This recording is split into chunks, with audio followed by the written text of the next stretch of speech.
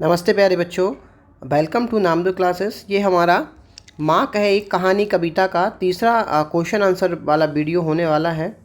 तो प्यारे बच्चों, वीडियो को आप ध्यान से देखें और अगर आपको कहीं कोई दिक्कत होती है तो प्लीज़ मुझे कमेंट्स में बताएं। तो हमने पिछली सीरीज़ में मैं बताना चाहूँगा आपको, यहाँ ये जोड़ी मिलान तक हमने ये कर लिया था।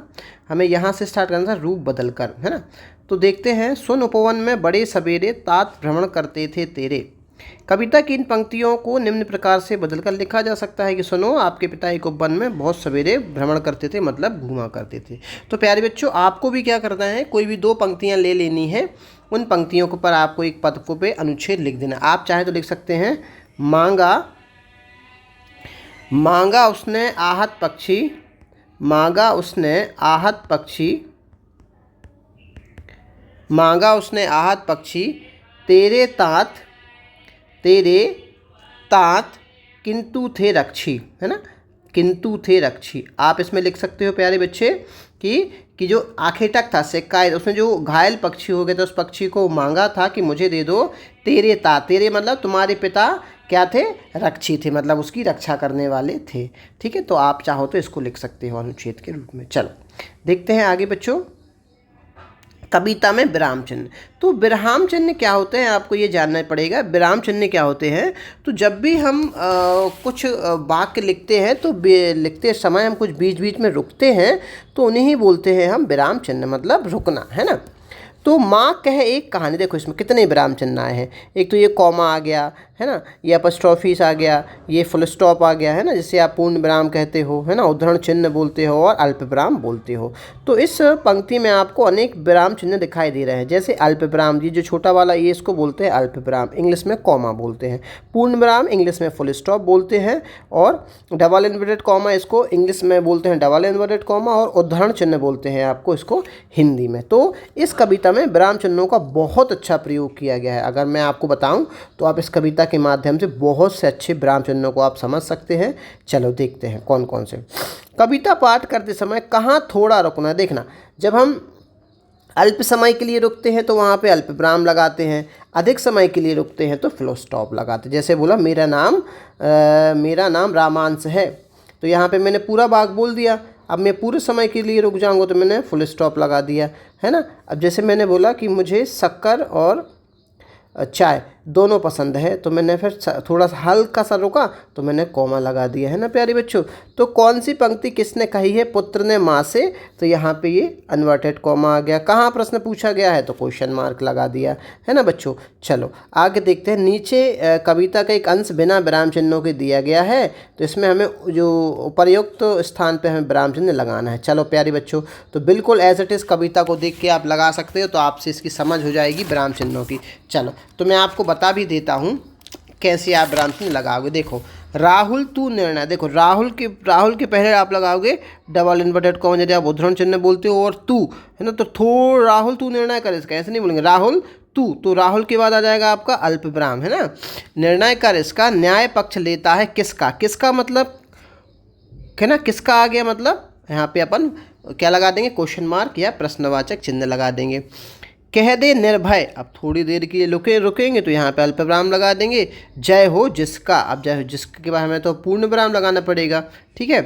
सुन लूँ तेरी बानी, फिर पूर्ण विराम लगाना पड़ेगा। माँ मेरी, अब यहाँ पे लगाना पड़ेगा हमें उद्धरण चिन्ह। माँ मेरी क्या बानी, क्या आ गया ना, वॉट, तो यहाँ पे हमें क्वेश्चन मार्क लगाना पड़ेगा।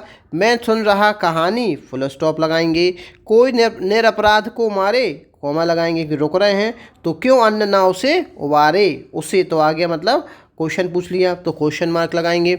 रक्षक पर भक्षक को भारी बारे, अल्प विराम लगाएंगे। न्याय दया का दानी, तो अब न्याय दया का दानी, तो यहाँ पे क्या लगा देंगे प्यारे बच्चों, हम जो अब हमने उद्धरण चिन्ह स्टार्ट किया था, यहाँ पे उद्धरण चिन्ह को हम बंद कर देंगे।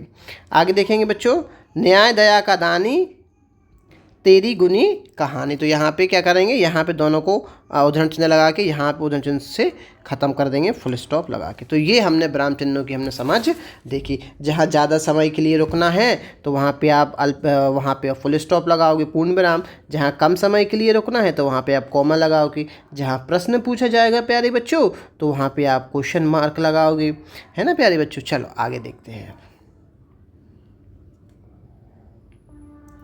पाठ से आगे, पाठ से आगे आपकी बात। सुन उपवन में बड़े सवेरे, तात भ्रमण करते थे तेरे, है ना। तो मतलब सुनो, उपवन, उपवन मतलब बगीचे में बहुत सवेरे सवेरे, है ना। तात मतलब पिता तुम्हारे घूमते थे, ठीक है। आप या आपके परिजन भ्रमण के लिए कहाँ कहाँ जाते हैं और क्यों। तो देखो भाई, ये तो आपको पता होगा कि आपके जो परिजन हैं, आपके पिताजी हैं, आपकी माताजी हैं, या आपके दादाजी दादाजी हैं, तो जनरली कहाँ जाते हैं, तो कहाँ जाते होंगे, पार्क जाते होंगे, है ना। पार्क जाते होंगे, नदी किनारे जाते होंगे, और खेत जाते होंगे। और क्यों जाते हैं, तो क्यों जाते हैं तो आपको पता करना है कि क्यों जाते हैं, है ना। तो क्यों जाते हैं भ्रमण करने, अपनी सेहत को बनाने के लिए, ठीक है। नेक्स्ट, इस पाठ में एक माँ अपने पुत्र को कहानी सुना रही है, जैसा कि आपने बहुत अच्छे से पढ़ा है। आप किस किस से कहानी सुनते थे, आप किसको और कौन सी कहानी देखो, आप किससे सुनते थे, तो देखो आप किससे सुनते होगे, दादा दादी से, है ना। दादा से, दादी से, नाना से, नानी से आप सुनते होगे, और आप सुनते थे। और आप किसको और कौन सी कहानी सुनाते थे, और आप किसको सुनाते हो, आप अपने छोटे भाई को सुनाते होगे, है ना। आप अपने छोटे भाई को या अपनी छोटी बहन को सुनाते होगे। कौन सी कहानी सुनाते हो, कोई भी कहानी एक दो। चलो भाई, मैं तो सुनाता था अपने छोटे भाई बहन को मगरमच्छ और बंदर की कहानी, है ना, क्योंकि इससे हमें बहुत अच्छी सीख मिलती है कि हमें हमेशा माइंड अपना एक्टिव रखना चाहिए। मगरमच्छ और बंदर की कहानी मैं अपने छोटे भाई बहनों को सुनाता था, तो वैसे ही आपको पता होना चाहिए, ठीक है। नेक्स्ट, नेक्स्ट है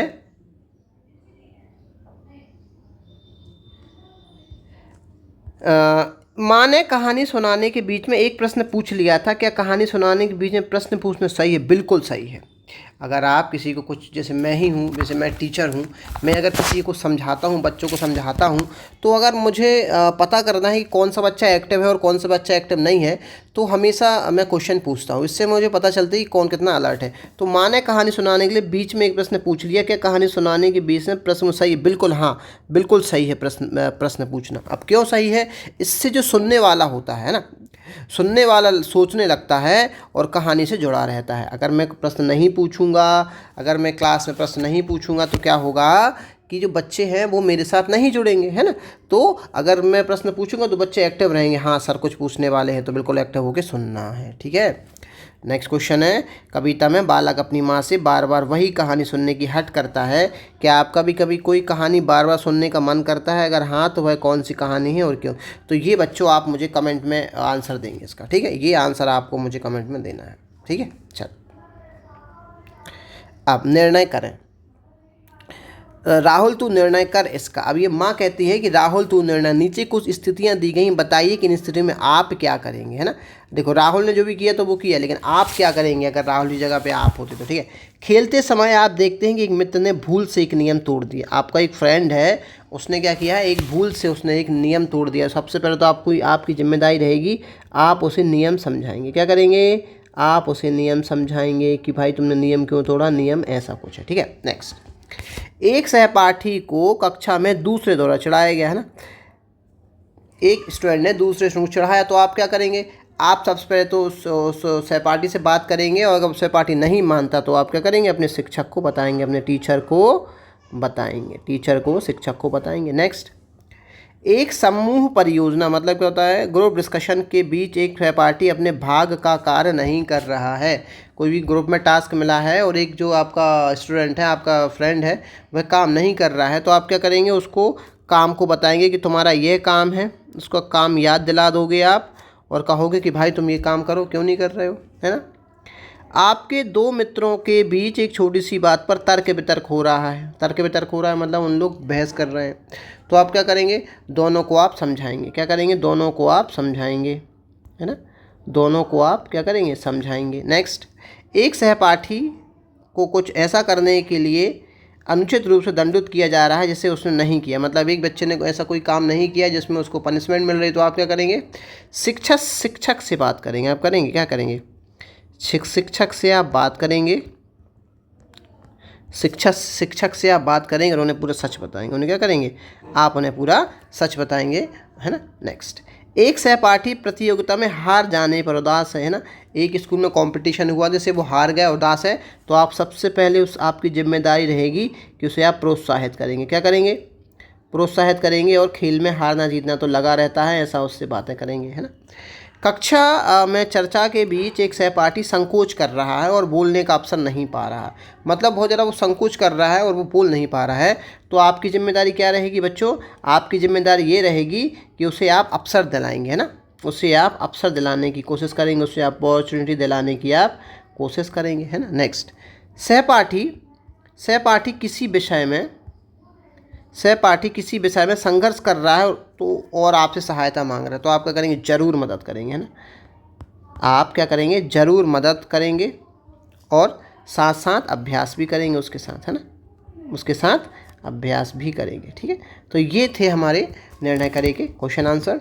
आगे देखते हैं प्यारे बच्चों। सुनी कहानी। हमारे देश और विश्व में अनेक कहानियाँ लोग एक दूसरे को सैकड़ों हज़ारों सालों से सुनते आ रहे हैं। इन कहानियों को लोक कथाएँ कहते हैं। अपने घर या आसपास सुनी कहानी किसी लोक कथा को लिखकर कक्षा में सुनाइए। आपने जिस भाषा में लोक कथा सुनी है, जिस भाषा में आप लोक कथा लिखना चाहें लिख सकते हैं। कक्षा के सभी समूहों द्वारा एकत्रित लोक कथाओं को जोड़कर एक पुस्तिका बनाई और कक्षा की पुस्तकालय में सम्मिलित आपको ये करना है।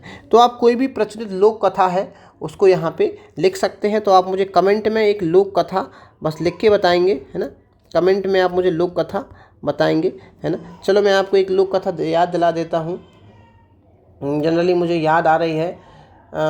एक आप लिख सकते हैं मगरमच्छ, है ना, ये मैंने पहले उदाहरण में भी इसको बताया था, मगरमच्छ और बंदर की, है ना, एक लोक कथा है, बहुत प्रचलित है, उसको आप लिख सकते हैं। ठीक है, चलो अब देखते हैं आज की पहेली। नानी की बेटी कौन?